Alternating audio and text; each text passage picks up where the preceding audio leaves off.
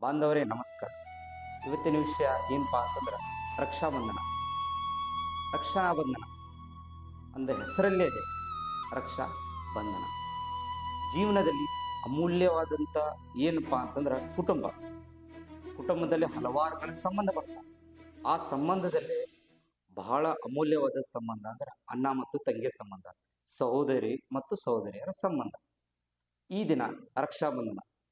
ತಂಗಿ ತನ್ನ ಅಣ್ಣಗ ರಾಖಿ ಕಟ್ಟತಾ ಅವನ ಹೆಚ್ಚಿನ ಆಯಸ್ಸಿಗೆ ಹಾರೈಸ್ತಾಳ. ಅಣ್ಣ ತನ್ನ ತಂಗಿಗೆ ನಾನಿನ್ನ ಏನದ ಒಂದು ಬಾಲಿನ ಥರ ನಾನು ನಿಂದಿರ್ತೇನೆ, ನಿನ್ನ ರಕ್ಷಣೆಯನ್ನು ಮಾಡ್ತೇನೆ ಹಾಗೂ ಅವಳ ಪ್ರೀತಿಗೋಸ್ಕರ ಅದನ್ನ ಬದ್ಧವಾಗಿ ನಿಂದಿರ್ತಾನೆ. ಹೀಗಾಗಿ ಈ ಹಬ್ಬ ಅಂದ್ರೆ ಈ ರಕ್ಷಾಬಂಧನ ತಳತಳಾಂತರ ನಮ್ಮ ಭಾರತೀಯ ಸಂಸ್ಕೃತಿಯಲ್ಲಿ ಆಚರಿಸ್ಕೊಂಡು ಬರ್ತಿದ್ದಾರೆ. ನಾನೊಂದು ಎಕ್ಸಾಂಪಲ್ ಕೊಡ್ಬೇಕಂತಂದ್ರೆ ಶ್ರೀಕೃಷ್ಣ ಪರಮಾತ್ಮ ಮತ್ತು ದ್ರೌಪದಿ. ಒಂದ್ಸಲ ಏನಕ್ಕೆಪ್ಪ ಅಂತಂದ್ರೆ ಶ್ರೀಕೃಷ್ಣ ಪರಮಾತ್ಮನ ಕೈಗೆ ಏಟು ಬಿದ್ದು ಬಿಟ್ಟಿರ್ತೈತಿ. ಅವಾಗ ದ್ರೌಪದಿ ಏನ್ ಮಾಡ್ತಾಳಪ್ಪ ಅಂತಂದ್ರ ಒಂದು ಅರ್ಬಿಯನ್ನು ಹರಿದು ಅವನ ಕೈಗೆ ಕಟ್ತಾರ. ಅವಾಗ ಆ ದಿನದಿಂದ ತಂಗಿ ತನ್ನ ಅಣ್ಣನಿಗೆ ಒಂದು ರಕ್ಷೆ ಕವಚ ತರ, ಅವಾಗ ಅದರ ರಕ್ತ ನಿಂತು ಹೋಗ್ತೈತಿ. ಸೊ ಆ ದಿನದಿಂದ ಈ ಹಬ್ಬವನ್ನ ಆಚರಿಸ್ಕೊಂಡು ಬರ್ತಾ ಇದ್ದಾರೆ. ಸೊ ಹಾಗಾಗಿ ನಾವು ಇದನ್ನ ಪ್ರತಿ ವರ್ಷ ಆಚರಿಸ್ತಾ ಇದ್ದೀವಿ, ಅಣ್ಣ ತಂಗಿ ರಕ್ಷಣಾ. ಬಟ್ ಈ ವಿಷಯವಾಗಿ ನಾನು ಈ ವರ್ಷ ಆಗಿರೋ ಒಂದು ಘಟನೆಯನ್ನು ನಾನು ಹೇಳ್ಬೇಕಂತಂದ್ರೆ, ಕೋಲ್ಕತ್ತಾದಲ್ಲಿ ಒಂದು 31 ವಯಸ್ಸಿನ ಹೆಣ್ಣಿಗೆ ಬಲಾತ್ಕಾರ ಆಗುತ್ತೆ. ಸೊ ನಾನು ಈ ವಿಚಾರವಾಗಿ ಏನ್ ಹೇಳ್ಬೇಕಂತಂದ್ರೆ ಏನಂತಂದ್ರೆ, ನಮ್ಮ ರಕ್ಷಣೆ ಎಲ್ಲಿ ಏನಂತ ಈ ಅಣ್ಣ ತಂಗಿ ಹಬ್ಬ ನಾವು ಹೇಳ್ತೀವಿ, ರಕ್ಷಣಾ ಮಾಡಬೇಕು ಅದು ಇದು ಎಲ್ಲ ಸುಡುಗಾಟಿಗೆ ಎಲ್ಲ ಹೇಳ್ತೀವಿ ನಾವು. ಆದ್ರೆ ರಕ್ಷಣಾ ನಿಜವಾಗ್ಲೂ ನಡೀತಾ ಇದೆಯಾ? ಹೆಣ್ಣು ಮಕ್ಕಳಿಗೆ ಗಂಡು ಮಕ್ಕಳಿಂದ ರಕ್ಷಣೆ ಬೇಕಾ? ನಾವು ಹೇಳ್ಕೊಂಡ್ ಬಂದ್ವಿ ರಕ್ಷಾ ಅಣ್ಣ ತಂಗಿನ ರಕ್ಷಣೆ ಮಾಡ್ಬೇಕಂತ. ಅದರಲ್ಲಿ ಈ ಸಂದರ್ಭದಲ್ಲಿ ಗಂಡು ಮಕ್ಕಳಿಂದ ಹೆಣ್ಣು ಮಕ್ಕಳಿಗೆ ರಕ್ಷಣೆ ಆಗ್ತಾ ಇಲ್ಲಲ್ಲ. ಹಾಗಾದ್ರೆ ರಕ್ಷಾ ಬಂಧನ ಎಲ್ಲಿ ಉಳಿತು? ನಾವು ತಿಳ್ಕೋ ವಿಚಾರ ಬಹಳ ಇದೆ. ಆಗಿನ ಕಾಲದಲ್ಲಿ ಒಂದು ಹೆಣ್ಣಿಗೋಸ್ಕರ ಮಹಾಭಾರತ ನಡೀತು, ರಾಮಾಯಣಗಳು ನಡೆಯೋದು. ಒಂದು ಹೆಣ್ಣಂದ್ರೆ ಅವರ ತಾಯಿ ಥರ, ತಂಗಿ ಥರ, ಈ ಥರ ನಮ್ಮ ಆಲೋಚನೆಗಳು ಇರಬೇಕೇ ಹೊರತು ಬೇರೆಯವರ ಹೆಣ್ಣಿನ ಬಗ್ಗೆ ನಾವು ಕೆಟ್ಟ ಆಲೋಚನೆ ಆ ಥರ ನಮ್ಮ ತಲೆಯಲ್ಲಿ ಇರಬಾರ್ದು.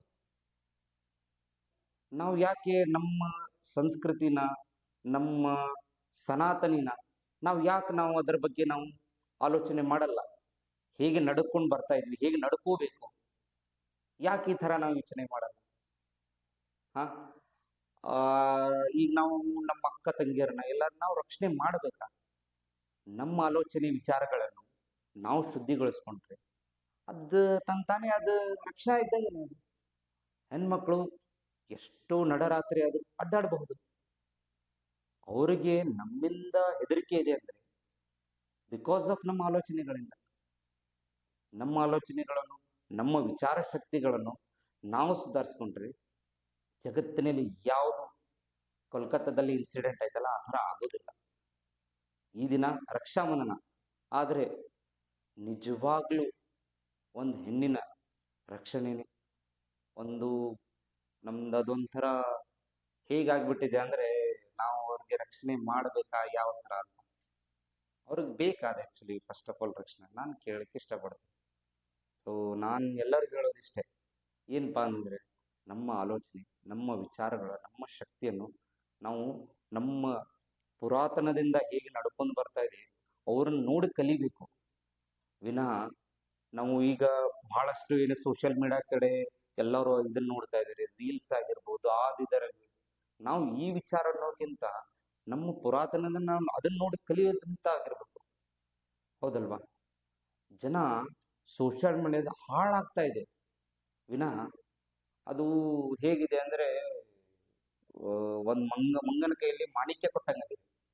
ನಾನು ಹೇಳ್ಬೇಕಾಗಿದ್ದು ಇಷ್ಟೇ ಸ್ನೇಹಿತರೆ, ಅಮೂಲ್ಯವಾದದ್ದು. ನಾವು ಸ್ಟಾರ್ಟಿಂಗ್ ನಾನು ಅದೇ ಹೇಳಿದ್ದೆ, ಈಗ ಕೂಡ ಅದೇ ಹೇಳ್ತೀನಿ, ಅಮೂಲ್ಯವಾದ ಸಂಬಂಧ ಈ ರಕ್ಷಾಬಂಧನ. ಸೊ ಅಕ್ಕ ತಂಗಿಯರನ್ನಂತೆಲ್ಲ ನಾವು ಆ ದೃಷ್ಟಿಯಿಂದ ಏನಾದ್ರು ಅವ್ರಿಗೆ ಒಂದು ಮನಸ್ಪೂರ್ವಕವಾಗಿ ಅವ್ರೇನು ಅಣ್ಣ ಅಂತ ಕರೀತಾರಲ್ಲ ಅದು ಅವ್ರ ರಕ್ಷಣೆಗೆ ಇರಲಿ ವಿನಃ ಅವರನ್ನ ಕೆಟ್ಟ ಇದ್ರೊಳಗೆ ನೋಡುವಂಥದ್ದು ಇರಬಾರ್ದು ಅಂತ ಹೇಳ್ತಾ ನಾನು 2 ಮಾತನ್ನು ಮುಗಿಸ್ತಾ ಇದ್ದೀನಿ. ನಮಸ್ಕಾರ ಸ್ನೇಹಿತರೆ.